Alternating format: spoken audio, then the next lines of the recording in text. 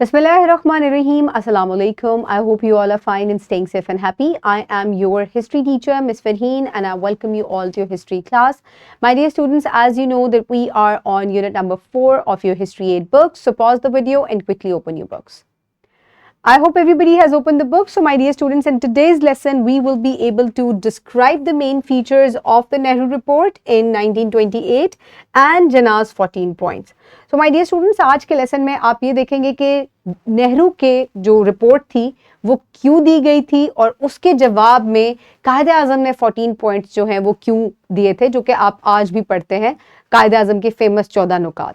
So my dear students, let's just get started. तो सबसे पहले इंट्रोडक्शन की तरफ अगर पढ़ें तो नेहरू ने एक रिपोर्ट दी थी which was the first attempt of drafting their own constitution, ताकि सिर्फ हिंदुओं के लिए जो है वो एक कॉन्स्टिट्यूशन बनाया जाए जिसमें ज्यादा राइट्स जो है वो हिंदुओं के लिए होने थे.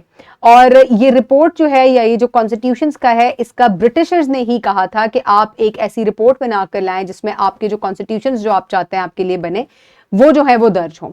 और ये जो रिपोर्ट है ये किस लिए पेश की गई थी? It was in the response of Simon commission जो कि भेजा गया था, और उसके फेलियर के बाद जो है वो इंडियन रिप्रेजेंटेशन की बात करते हुए नेहरू रिपोर्ट जो है वो पेश की गई थी. सो मोतीलाल नेहरू जो है उन्होंने एक कमेटी बनाई और ये रिपोर्ट जो है वो तश्कील दी इन 1928. सो मेन अगर बात करें, सबसे पहले हम साइमन कमीशन की बात करते हैं. तो ये जो साइमन कमीशन है it was formed by the Britishers in 1927 ताकि रिव्यू किया जाए इंडिया में जो कॉन्स्टिट्यूशंस हैं विदाउट एनी इंडियन रिप्रेजेंटेशन. तो ऐसे कॉन्स्टिट्यूशंस बने जो कि सिर्फ जो है वो ब्रिटिशर्स जो है उनके लिए हों और जो लोकल्स हैं उनके बारे में कोई बात ना की जाए. तो इसके लिए काफ़ी सारे इंडियन और जो पॉलिटिकल लीडर्स हैं, जिसमें मुस्लिम लीग और कांग्रेस दोनों के जो लीडर्स हैं शामिल थे, उन्होंने इसको बहुत ज़्यादा बायकॉट किया और काफ़ी ज़्यादा जो है इसके खिलाफ प्रोटेस्ट किया गया. इवन जो है वो काले झंडे भी उठाए गए और ऐसे स्लोगन्स जो है वो लिखे गए जिन पे लिखा हुआ था साइमन गो बैक. और जिन्ना स्टेटमेंट जो है उनके मुताबिक Jallianwala Bagh was a physical massacre and the Simon Commission is the massacre of our soul. So उन्होंने कहा कि अगर जलियांवाला बाग जो है वो लोगों का जो है कत्ले आम था, तो ये जो साइमन कमीशन ये लोग लेकर आए हैं ये हमारे जो रूहें हैं ये उनको कत्ल करने के लिए आए हैं. फर्दर जो हमारे अंदर कोई जज्बात या वो रह गए ये उसको भी खत्म करना चाह रहे हैं. सो आगे चल के why did this Simon commission fail? तो क्योंकि इसको बहुत ज्यादा जो है वो गुस्से का और डिस्ट्रस्ट का सामना करना पड़ा. इसके अलावा बहुत ज्यादा प्रोटेस्ट हुआ इसके खिलाफ और ब्रिटिशर्स जो है उनको चैलेंज किया गया कि वो एक ऐसा कॉन्स्टिट्यूशन बनाए जो कि लोकल्स जो है उनकी फेवर में हो. सो इसी वजह से जो है नेहरू जो है मोतीलाल नेहरू जो है उन्होंने एक ऐसी रिपोर्ट जो है वो तश्कील दी गई जो कि कॉन्स्टिट्यूशंस के ऊपर जो है वो आधारित थी टोटल तौर पर. उसके बाद आ जाती है formation of the Nehru report, और तमाम जो पार्टीज हैं और जो कॉन्फ्रेंसेस हैं वो दिल्ली में हुई इन 1928 और मोतीलाल नेहरू जो है उन्होंने इसको हेड किया. And it included 9 members to whom were the Muslim Sayyid Ali Imam and Shoaib Qureshi were also present, and it aimed to draft a constitution that could address India's political concerns and offer a path towards the self-governance. सो इसके की features क्या थे कि India को dominion status दिया जाए and there should be no separate electorates for minorities. The report claim that separate, यानी कि जो माइनॉरिटीज हैं और मुसलमान जो है वो माइनॉरिटीज में ही थे, उनके लिए कोई सेपरेट इलेक्टोरेट का हक नहीं होना चाहिए.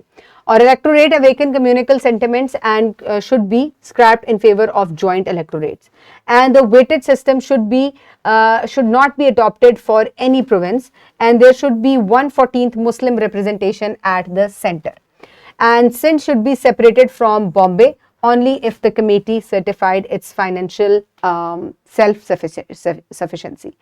सो क्योंकि इस रिपोर्ट में मुसलमानों के लिए जो है वो बहुत सी ऐसी बातें थी जो कि उनकी फेवर में नहीं थी, सो इसको जो है वो बहुत ज़्यादा अपोजिशन का सामना करना पड़ा by the Muslim community.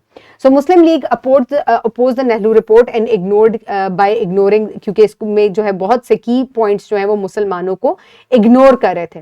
And Jinnah proposed amendments which were rejected by the Congress, and Jinnah saw this as the parting of the ways between Hindus and Muslims in their fight for independence. So इसी वजह से इसके response में कायदे आज़म मोहम्मद अली जिन्ना जो हैं उन्होंने इसको जो है वो अपने 14 नुकात इसके जवाब में पेश किए थे। अब नेहरू रिपोर्ट फेल क्यों हुई? क्योंकि मुसलमान जो है वो इससे डिससेटिस्फाइड थे। इसके अलावा Congress was unwilling to compromise. Also Jinnah statement mark the beginning of a more distinct Muslim identity and their demands for separate political rights. So my dear students, आज के लेक्चर में हमने ये पढ़ा कि नेहरू रिपोर्ट क्यों पेश की गई साइमन कमीशन के जवाब में, नेहरू रिपोर्ट के क्या की फीचर्स थे, नेहरू रिपोर्ट क्यों फेल हुई, और इसके जवाब में कायदे आजम ने क्या किया। उन्होंने एक तो अपने वेज पार्ट कर लिए थे फ्रॉम द कांग्रेस, और उन्होंने कहा कि मुसलमान जो है वो एक अलहदा से कौम है और उनके लिए अलहदा जो है वो रिप्रेजेंटेशन होनी चाहिए। So my dear students, for practice you can download this worksheet from the description box below this video, or you can get it in print form by your teacher. Pause the video and quickly finish the worksheet. I hope everybody has finished the worksheet. For your homework, you will write an essay on the Simon Commission and the protest led to the creation of the Nehru Report, and why did Muslims oppose the Nehru Report. I hope you have enjoyed today's lecture. Stay safe. Thank you so much, and Allah Hafiz.